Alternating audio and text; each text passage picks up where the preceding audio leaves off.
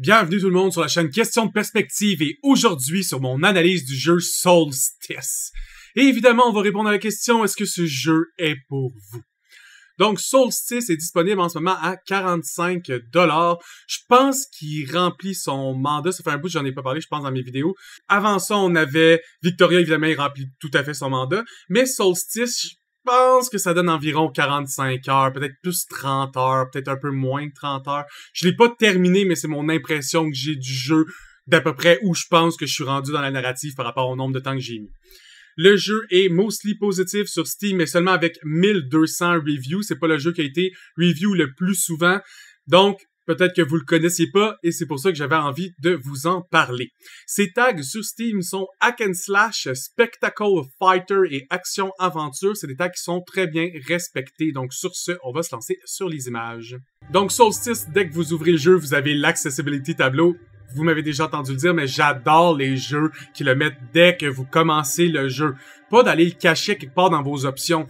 Mettez-le directement au début du jeu. Comme ça, on place toutes les informations comme on a envie qu'il soit dès le début. Après ça, le jeu est tellement plus facile à enjoy. Merci beaucoup. Donc, le jeu a des cinématiques. L'histoire en elle-même du jeu, vous allez devoir vous habituer à deux voix parce que vous avez un personnage qui maîtrise une soul, dont le solstice, un peu l'idéologie. C'est, vous êtes un soldat qui possède une arme avec qui elle peut se link et cette arme-là l'aide dans ses missions, qui est de régler un peu le conflit mondial avec les entités négatives, voire maléfiques, créées par le chaos. Donc, comme la majorité des hack and slash, vous avez un bouton pour bouger, vous avez un bouton pour attaquer, un bouton pour faire un autre type d'attaque, un bouton pour sauter et interagir avec les choses. Mais dans celui-ci, vous avez aussi deux activations spéciales qui est l'Evocation Field et le Banishment Field, qui sont des actions précises possibles à faire par votre âme qui vous suit un peu partout et qui permet de faire des zones autour de vous qui, entre autres, l'Evocation Field permet de rendre matériel l'immatériel ou les choses qui seraient très peu matérielles, ainsi vous pouvez les casser. Et le Banishment, c'est pour purifier le chaos, si je me trompe pas. Et vous avez aussi le Loot Action, qui est l'action de votre âme, mais je pense que c'est un bloc, si je me trompe pas. Ça fait quand même un bout que j'ai joué au jeu, mais c'est ce que je me souviens. Les cinématiques sont quand même assez bien faits, sont un peu moins beaux que certains animes, mais un peu plus beaux que d'autres animes que vous avez vus dans votre vie. L'histoire en elle-même, elle est pas incroyable, mais elle est pas mauvaise, elle est dans un entre-deux où, pour un hack and slash de satisfaisant, je me suis pas retrouvé à skip toutes les cinématiques, genre next, plus capable de vous entendre parler, donc tant mieux pour eux. Donc, c'est un hack and slash dans lequel vous vous déplacez de façon, je vais dire, asymétrique, mais ce que je veux dire par là, c'est que vous avez une caméra, que vous n'avez pas le contrôle absolu dessus, et l'angle de la caméra va changer énormément selon vous êtes où dans la map, qu'est-ce que vous êtes en train de faire, où vous devez vous déplacer, pas toujours le plus clair à cause de ça, mais c'est très linéaire. Je trouvais que le déplacement dans le jeu était vraiment clunky. C'est un des plus gros points faibles. Moi, j'ai l'habitude de jouer aux jeux comme Bayonetta ou Devil May Cry, qui sont des hack and slash où je trouve que le mouvement est mieux fait ou est mieux représenté. Vous pouvez faire des combos sur les mobs, même vous êtes encouragé à le faire. Dans la majorité des hack and slash, j'ai même une note à la fin de l'encounter pour vous dire comment vous avez fait dans cet encounter-là. Plus vous faites de combos sans vous faire toucher puis sans jamais arrêter le combo, ben plus vous avez une bonne note. Vous avez aussi des challenges qui se passent dans le monde de glace comme ça, avec un timer. Vous devez faire l'accomplissement du timer dans celui-ci, c'était de vaincre tous les ennemis avant la fin du timer. Et si vous le faites, vous débloquez la récompense du trial. Donc ici, entre autres, le trial de l'avoir accompli m'a donné une Malform Husk Fragment, puis ça me dit que si je le collecte 3 fois, ça va venir augmenter mes points de vie maximum. Donc c'est une mécanique qu'on connaît dans beaucoup de jeux vidéo, là. Vous ramassez des parties de cœur un peu comme dans les vieux Zelda. Puis quand vous en avez assez, ben, ça augmente vos points de vie. Donc de temps en temps, vous allez pouvoir aller dans le shop. Dans le shop, vous allez pouvoir acheter des Tear Shards qui vous permettent de récupérer des points de vie. Donc c'est un peu comme des potions. Mais vous avez aussi l'opportunité dans le shop d'augmenter vos skills dans l'option de skills. Vous avez les skills qui sont à vous, que je cache en partie en dessous de moi, mais vous en avez quelques-uns. Et vous avez les skills de loot, qui sont les skills qui vont être débloqués par votre Spectral qui est avec vous autres. Et chacun des skills a chacune des catégories a plusieurs autres skills. Donc celui-ci, en ce moment, c'est le deuxième que je cache.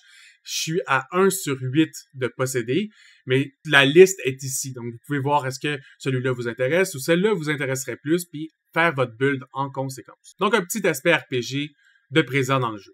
Ici, c'est ce que je vous parlais. Ces cristaux-là ne sont uniquement accessibles à mon personnage, ou du moins possible à briser si j'active l'Evocation Field, qui est la boule que je vois autour de moi.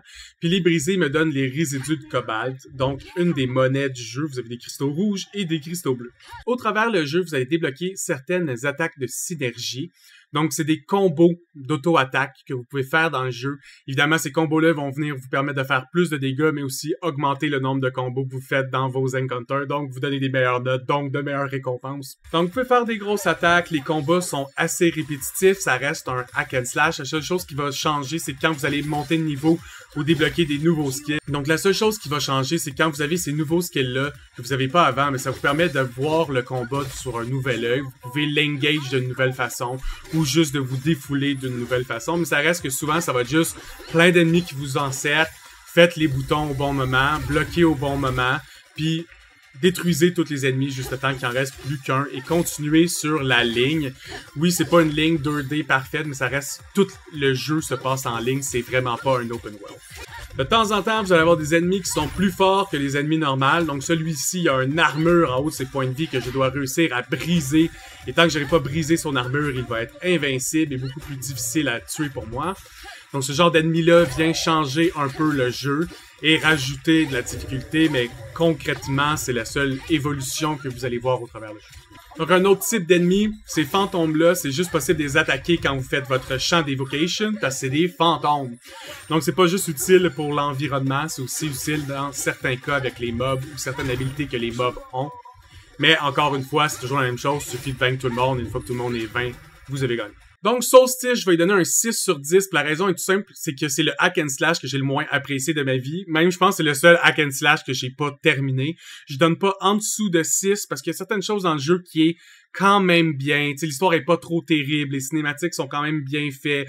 Il y a des trials. Ils ont des trucs d'arcade, de notes, d'essayer d'avoir des meilleurs combos. Tu sais, il y a certaines affaires qui ont fait que c'est la base, faut bien que tu le fasses, qu'ils l'ont bien réussi. Mais est-ce que j'ai eu beaucoup de plaisir en jouant au jeu? Pas tellement. Si vous êtes un grand fan de hack and slash, il n'y en a pas beaucoup qui sont release, ben profitez-en. Moi, personnellement, je préfère retourner jouer à Dynasty Warrior que de continuer à jouer à Solstice, et c'est ce qui explique mon 6 sur 10. Donc, merci d'avoir écouté la vidéo tout le monde, puis on se revoit sur une prochaine analyse.